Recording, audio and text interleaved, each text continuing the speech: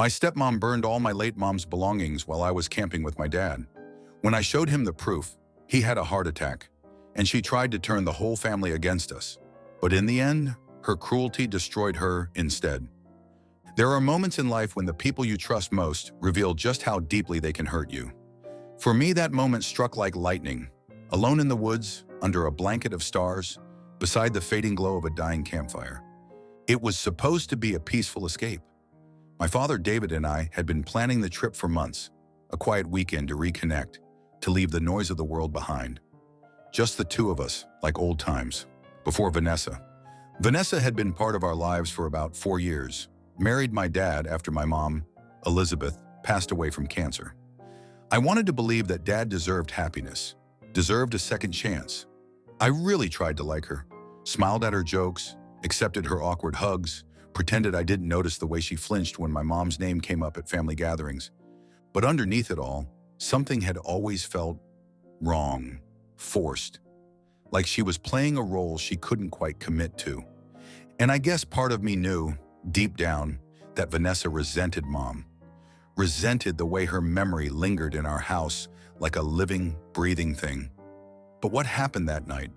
God, I never could have imagined something so cruel. Dad had already gone to bed in the tent. I was sitting by the fire, scrolling through my phone, when I got the first message. It was a picture. Ashes, a heap of them. Smudged black and gray, scattered across the hardwood floors of our living room. At first, I didn't understand. I squinted at it, confused, my mind trying to make sense of what I was seeing. Then another photo came through, and another, and another. Charred remains of what I realized were old photo albums, Mom's scarves, her favorite chair, broken into pieces. Along with the pictures came messages from Vanessa. Hope you're enjoying your little trip. Just thought you should know I took care of the trash you left behind. It was all junk anyway. You need to move on. You should be thanking me. There were laughing emojis, a lot of them. I couldn't breathe.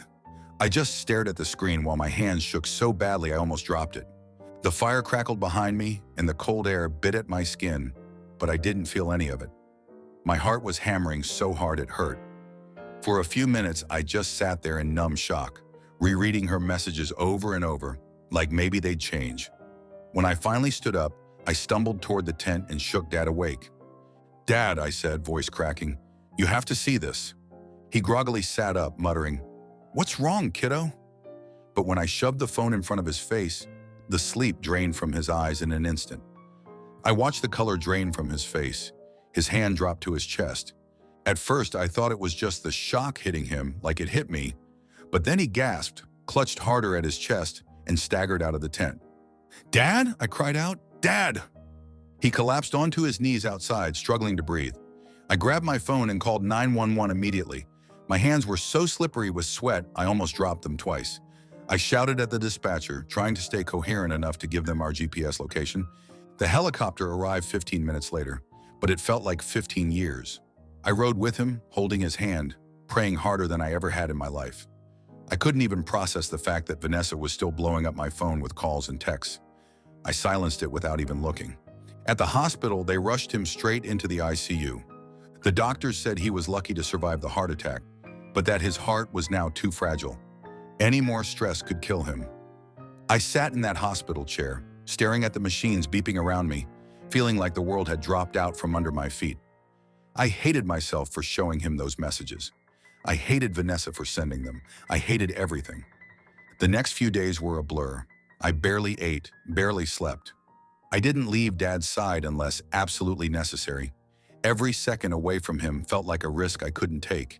And Vanessa didn't stop. She kept texting, calling, demanding I answer her, saying it was my fault Dad was in the hospital because I couldn't take a joke. At one point, she even sent me a voice memo, slurring her words so badly I could tell she was drunk. You think you're so special just because she died? Newsflash, kid, nobody cares. You're pathetic. You and your dead mother. I deleted it. I deleted every single message. But it didn't stop the way her words carved themselves into my mind, over and over. When Dad finally opened his eyes, it felt like the first real breath I'd taken in days. Alex, he croaked.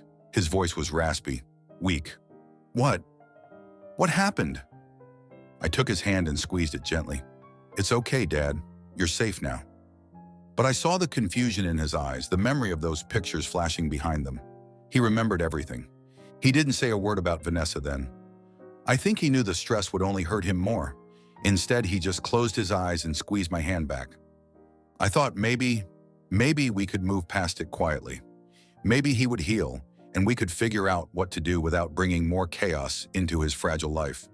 But a few days later, when he was strong enough to sit up, he turned to me with a fire I hadn't seen in him in a long, long time. "I'm not letting her get away with this," he whispered hoarsely. "I want to go home. I want to face her." I tried to argue. I begged him to stay in the hospital a little longer, to let it go for now, but he was stubborn, and this time I understood why. She hadn't just hurt him. She hadn't just hurt me. She had spit on Mom's memory, and that was unforgivable. The day we checked out of the hospital, Dad still looked pale and gaunt, but his eyes were sharp, burning with determination. I drove us home. The closer we got, the heavier the air seemed to get. When we walked through the door, Vanessa was sitting on the couch, a glass of wine in her hand, smirking like she had been waiting for this. She didn't even get up when she saw Dad's face, still grayish from the heart attack. She just said, "Finally decided to come crawling back?" Dad didn't even flinch. "Vanessa," he said, voice low but steady, "we need to talk." "Talk about what?" she said mockingly. "Your little health scare? Maybe you shouldn't get so worked up over garbage." My hands clenched into fists at my sides, but Dad beat me to it. "We're talking about what you did," he said, his voice sharp like a blade. "About Elizabeth's things, about your cruelty, about this mockery of a marriage." Vanessa laughed, actually laughed. "You're seriously mad about a bunch of old junk?" she sneered. "I did you a favor. You needed to move on. I just sped up the process." Dad's face tightened. For a second, I thought he might collapse again, but he stayed standing, stronger than I thought possible. "You don't get to erase her," he said quietly. "Not from this house, not from my life, and not from Alex's." Vanessa set her wine glass down with a sharp clink. "Oh, please," she said. "You and your little shrine. It's pathetic." The air in the room turned electric, charged with a decade's worth of bitterness. Because the truth was, this explosion had been building for a long, long time. And now that it was happening, all the buried memories came flooding back. Thanksgiving, 3 years ago. The first holiday Dad brought Vanessa home. I remembered the way she smiled too tightly, how she sat stiffly at the dinner table, picking at her food while everyone told stories about Mom. Stories about Elizabeth laughing so hard she'd cry during board games, and about her homemade pies that could beat any bakery in town. Aunt Carol, ever the peacemaker, had tried including Vanessa in the conversation. "You know, Vanessa," she had said warmly, "you're beautiful in your own way. Reminds me a little of Elizabeth when she was your age." I had seen Vanessa's knuckles whiten around her fork at that. Then Ethan, Dad's brother, shared a memory about how Mom used to donate dozens of Thanksgiving meals to the shelter every year. Vanessa had plastered on a smile, but her jaw was tight, her nostrils flaring slightly. And then came Uncle Mark's prayer, a simple, heartfelt grace, giving thanks for the blessings in our lives and for Elizabeth's memory, which he said still filled the room. That had been the final straw for Vanessa. I remembered her getting up abruptly after the meal, muttering something about needing fresh air, and how afterward she started pushing Dad harder and harder to modernize the house, suggesting redecorations that conveniently involved packing away anything connected to Mom. Now, standing in the wreckage of what used to be our home, all those signs seemed so obvious. The resentment, the jealousy, the need to be the only one. Dad's voice shook slightly, pulling me back to the present. "Vanessa," he said, "I'm done making excuses for you." Her smile turned brittle. "So what, you're gonna kick me out? Take your brat's side over your wife?" I stepped forward then. "Your wife," I said, my voice low. "You stopped being family the second you sent me pictures of Mom's ashes." For the first time, a flicker of doubt crossed her face. Just a flicker, but it was enough. "You think you can just erase her?" I said, the anger finally boiling over. "You think if you burn her things, she disappears?" Vanessa stood up then, wine sloshing out of her glass onto the carpet. "You will respect me," she snapped. "This is my house too. I have sacrificed everything to be here." Dad shook his head. "You didn't sacrifice anything. You took and took and took. The words hung in the air. And then, like flipping a switch, Vanessa's rage melted into something else. Something cold. "You think you can just get rid of me?" she said, smiling now. "You think the courts will side with a sick old man and his angry kid?"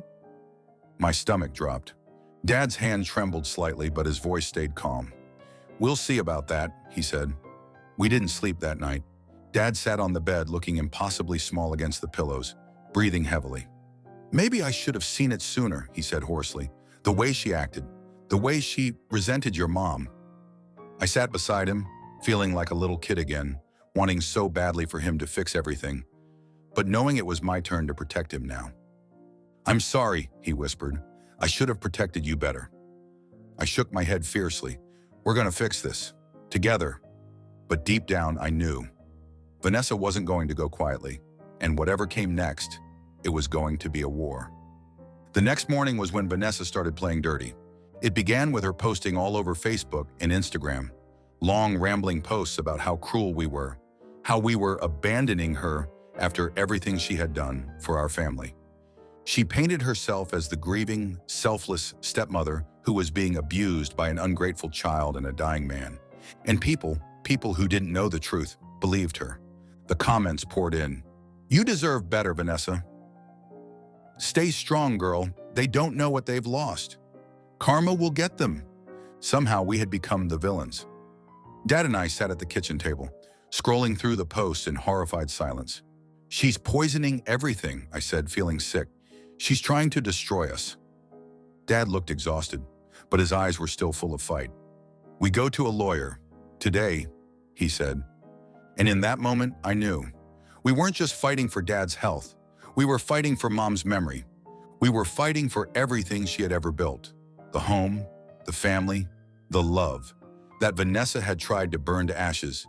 And standing there in the middle of that broken house, with the smoke of betrayal still hanging heavy in the air, I made a silent promise. No matter how long it took, no matter how ugly it got, I was going to make sure Vanessa paid for what she'd done. It started small. A few passive-aggressive posts online, a few mutual friends suddenly went silent. But it escalated fast. Before the week was out, Vanessa had woven a web of lies so thick it was hard to breathe. According to her version of events, Dad and I were emotionally abusing her, stealing her rightful home, and gaslighting her. She claimed that I had always hated her because she wasn't my real mom, that I was violent, unstable, and manipulative. She even said, God, I still can't believe it, that she feared for her life living under the same roof as us. And people bought it. Old family friends, church acquaintances, even a few distant relatives, people who didn't know the truth but wanted so badly to believe a sob story, they flooded her comments with sympathy. "You're so strong, Vanessa. Stay safe. No woman should be trapped in an abusive home. Get a restraining order if you have to." I couldn't believe it. I wanted to scream. How could they not see through her? Dad stayed quieter than I. He sat in his armchair, scrolling slowly through his phone, looking older with every hour. "She's trying to kill you," I said bitterly one night. "Maybe not with her hands, but with this, with the stress." Dad just sighed, set the phone down, and said, "We can't fight lies with anger. We have to be smarter." The first meeting with the attorney was a blur of facts and emotions. Dad laid it all out calmly. The photos, the texts, the voicemail recordings. I filled in the blanks where his voice faltered. The lawyer, a woman named Miss Patel, listened carefully, occasionally scribbling notes. When we finished, she leaned back in her chair and said simply, "You have a very strong case." I almost burst into tears right there from sheer relief. But Miss Patel warned us, "People like Vanessa, they don't go down easily. She'll fight dirty. You need to be prepared for her to hit below the belt." We nodded. We were ready. The divorce filings hit Vanessa like a slap to the face. And true to form, she didn't respond with humility. She responded with war. She filed counterclaims, wild accusations of domestic abuse, mental cruelty, even alleging financial fraud against Dad. Lies so outrageous that they would have been laughable if they weren't so dangerous. At the emergency hearing, Vanessa showed up in a somber black dress, crocodile tears dripping down her cheeks, clutching a tissue like it was a lifeline. She sobbed theatrically, talking about fear for her safety and how she had sacrificed everything for this family, only to be betrayed. It made me physically sick to listen to, but Ms. Patel was ready. One by one, she introduced evidence. The texts, the voicemails, the photos of the ashes, the laughing emojis. And one by one, Vanessa's lies began to unravel. The judge's face hardened as he listened. By the time Ms. Patel finished, there was a long, heavy silence in the courtroom. And then the judge spoke. This court finds the respondent's behavior to be vindictive, malicious, and emotionally abusive, he said sternly. Pending final divorce proceedings, the respondent is hereby ordered to vacate the marital residence immediately. I don't think I'll ever forget the look on Vanessa's face. Shock, rage, disbelief. She opened her mouth like she was going to scream, but the bailiff was already stepping toward her, and she had to leave. The night she packed her things was strangely anticlimactic. No shouting, no scenes. Just the sound of boxes sliding across the floor and the occasional slam of a cupboard. Dad and I stayed locked in his bedroom, not willing to risk any more drama. We listened to her stomp around, muttering curses under her breath. I sat on the edge of the bed, gripping Dad's hand tightly. "We're almost free," I whispered. He squeezed my hand weakly. "Almost." When we finally heard the front door slam shut and the engine of her car roar down the street, I sagged against the wall, my whole body trembling. It was over. At least the worst part was. The next few weeks were about rebuilding, physically, emotionally, financially. The house felt different without Vanessa, lighter, like we could finally breathe again. But it also felt emptier. Not because we missed her. God, no. But because of all the things she took with her when she left. Not physical things. Things you can't pack in a box. Trust, peace, a sense of safety in your own home. It would take time to rebuild those. And with Dad's health still fragile, every day felt precious. We made a pact. No more hiding pain from each other. No more pretending we were fine when we weren't. One afternoon, as we were cleaning out the storage closet, a place Vanessa had always kept locked, I found something tucked away behind old paint cans and broken Christmas decorations. A photo album, one of Mom's. It was battered, some pages bent and crinkled, but miraculously intact. I carried it into the living room, tears blurring my vision. Dad saw it and immediately reached out with shaking hands. We spent hours flipping through it. Pictures of family picnics, birthdays, lazy Sundays in the backyard. Mom's laugh captured in grainy snapshots. Her hugs are frozen in time. And in the very back, slipped between two pages, we found a letter, addressed to Dad and me, written in Mom's soft, looping handwriting. "Dear David and Alex, if you're reading this, it means I'm not with you anymore, and I'm sorry for that. But I want you to know something more important than anything else. I love you both. I am proud of you. I am with you even now. Don't let the world harden your hearts. Don't let grief or anger win. You were and are my greatest joys. Take care of each other. Live boldly, love freely, laugh often.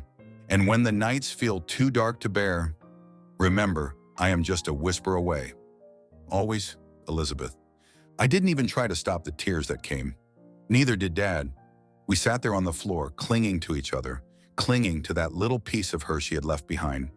In that moment, all the ugliness, all the betrayal, all the heartbreak, it didn't disappear. But it felt smaller, because love, real love, the kind Mom gave us, it was stronger than Vanessa's hate ever could be. Later that night, as the sun dipped below the horizon, Dad and I sat on the porch, a blanket wrapped around his shoulders, the letter tucked safely in his lap. The sky was streaked with gold and purple, and for the first time in what felt like forever, the world felt peaceful. Dad turned to me with a small, tired smile. "We made it," he said. I nodded, swallowing the lump in my throat. "Yeah," I said, "we did." And deep in my bones, I knew. Mom was there too, smiling.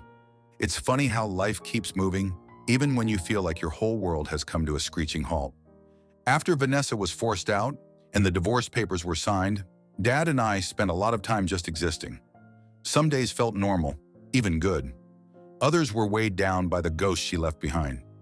At first, we tried to stay in the old house, tried to scrub away her presence with new paint, new furniture.